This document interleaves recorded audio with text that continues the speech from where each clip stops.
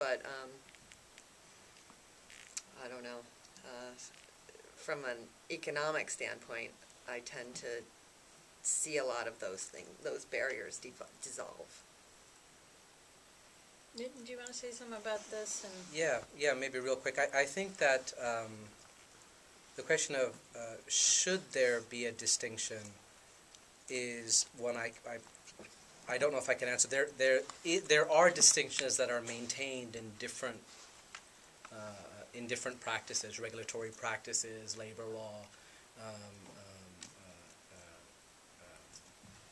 copyright.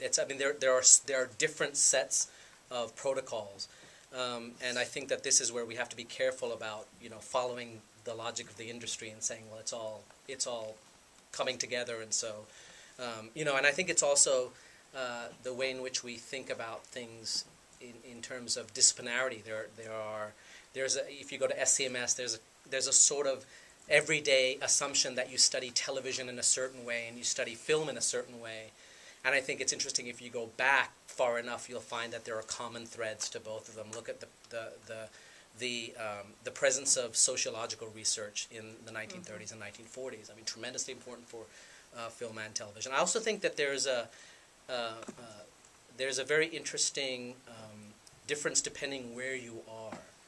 So in India, for example, television and film have been thought of extremely differently in terms of especially the state's investment in one over the other. And the state very early got behind television, subsidized television in a way that it just didn't subsidize film, which it thought more of as a vice, prostitution, gambling, etc. So somehow you get this. So you have this kind of state investment versus state divestment, and then the market comes along and sort of flattens things out a bit. But it's created this interesting disciplinary framework where if you look at academic researchers based in India, I'm not talking about people who work on South Asian media outside of India, but there's a lot more people working on film. And there's actually not many people at all working on television in India. There's a lot of people writing about television outside of India, which is remarkable if you think about one's own, the commitment that one has to have to the everyday of television in order to write about it. I think this is where some of the distinctions might be in terms of discipline. But there are all these interesting ways, and depending where you are, this divide, if you like, gets reproduced and maintained in a way. well, so let's use that as a chance to think about the global context of media industries and what what other kinds of burning issues you might see there, especially with this kind of financial crisis at hand.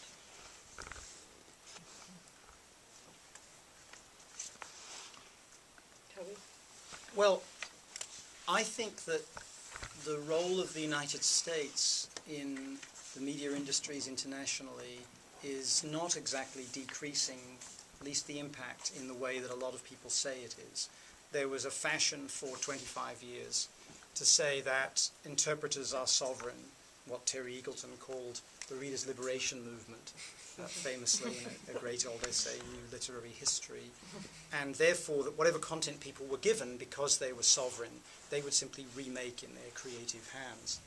Now, I think that, as I say, that had its day, but the fact is, at least in my experiences in different parts of the world, people are talking about cultural imperialism and media imperialism and naming it as such.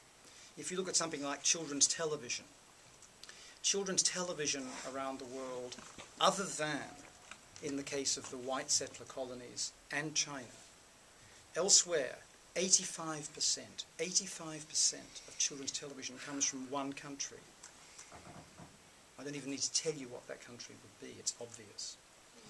If you look at the dominance of where news messages, news information comes across the electronic media, it is basically the wire systems that were set up in the 19th century as part of imperialism overlaid with the United States. So the French, the British, the Germans of the United States are the sources in most countries for finding out through the media about adjacent countries.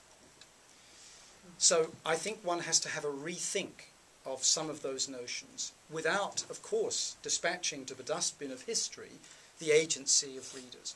It's also very important, though, in studying the media in a global sense, to try to decenter those places that we are in. So, for instance, as far as I'm concerned, this is the golden age of newspapers. I mean, there have never been as many newspapers or as many newspaper readers because of China and India. Right?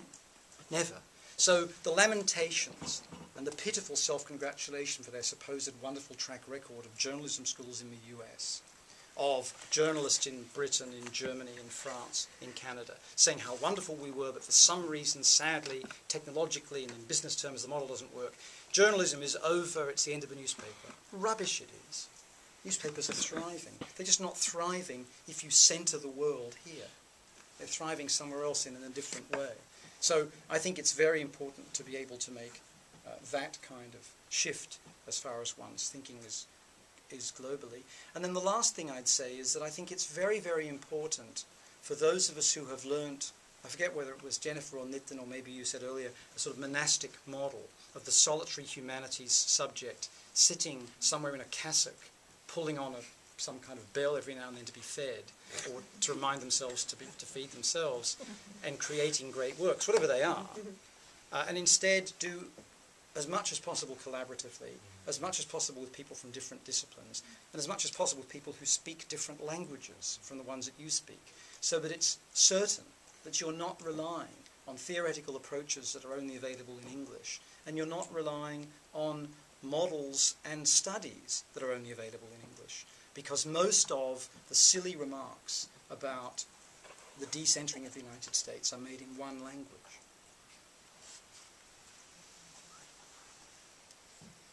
Nitin, do you want to? Yeah, I guess I agree with a lot that Toby has said. One of the reasons I wanted to study Hollywood in India, and I really started the bulk of the work after Toby and I and Rick and John did the first global Hollywood book, was to try to think through this dislocating function that Toby has been talking about. Because I felt that if one could locate Hollywood in a particular place, one could sort of dislocate it as this kind of dislocate. Let's say it's a sort of universalist narrative, and obviously there are all sorts of personal reasons and personal regions as well that one does the things they do. And for me, it was pretty obvious. But I felt very quickly. I found out very quickly that Hollywood just didn't matter in India in the same ways in which it was talked about.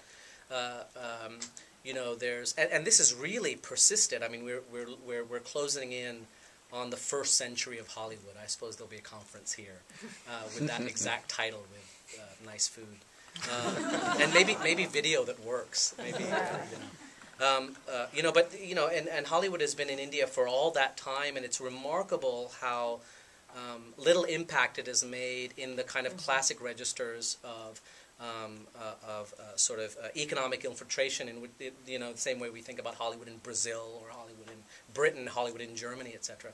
So in studying it within an Indian context, tropicalizing Hollywood, if you like, right? It helped to sort of move it away from some of the standard ways in which it gets talked about.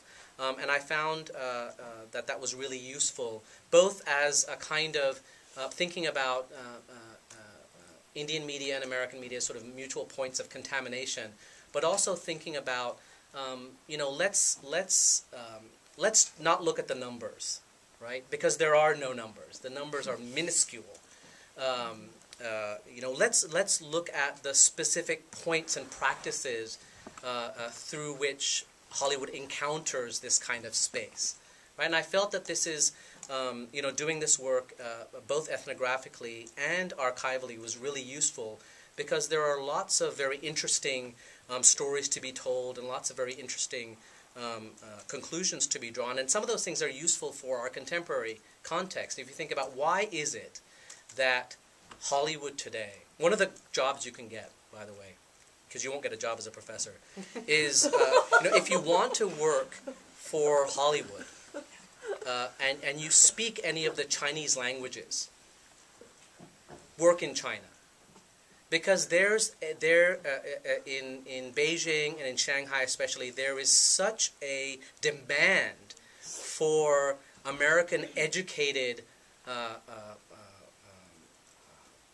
workers to translate business practices within Chinese idioms, right? And so this idea of the joint venture, right, where you have the local agent translating from one form into another, has been present for so long, and we see that now, happening on the ground. A lot of this stuff was happening in India in the 90s, right, when Hollywood really started getting interested. And now we hear these stories about DreamWorks and Reliance and MGM, etc., and it's taken on a different kind of narrative. But in China especially, I just had a student, an undergraduate student, who's Chinese American, and she spoke one of the languages, and we sort of worked out a way for her to work in a production house, and in Beijing, and the amount of interest and the amount of demand that's present for American students of Chinese background to come and work and help us articulate, to Hollywood through the presence of these agents was really interesting. I think that's one of the types of things we can keep aware of.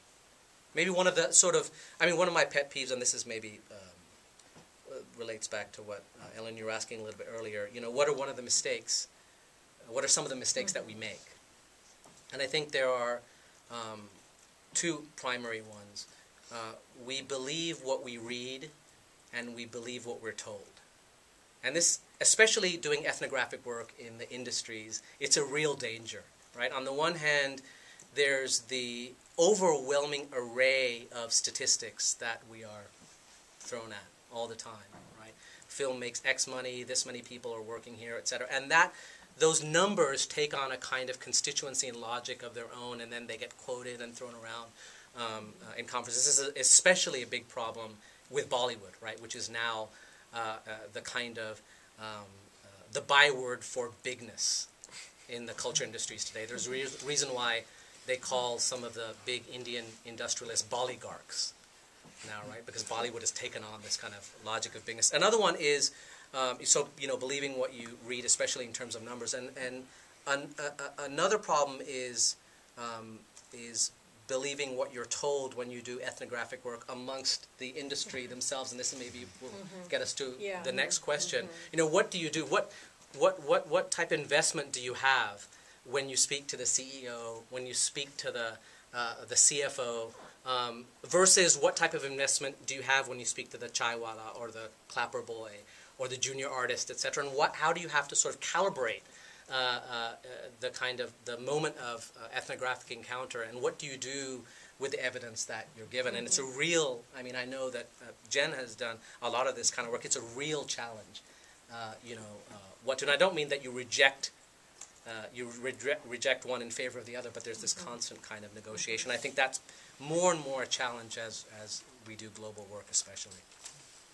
Yeah, so let's have this be the last question, then we'll open it up to the floor. So what about the kind of special problems that you encounter during media industry work, either from having informants be people currently employed in the media industries, or by running into proprietary information and therefore blocked access?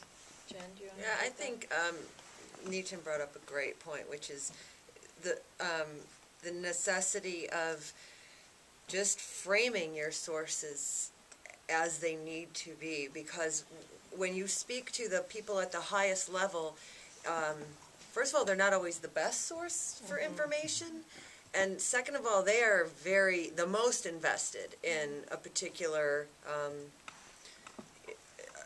kind of sell, right? A particular rhetoric, a particular image, and that is mainly their function in a lot of ways. So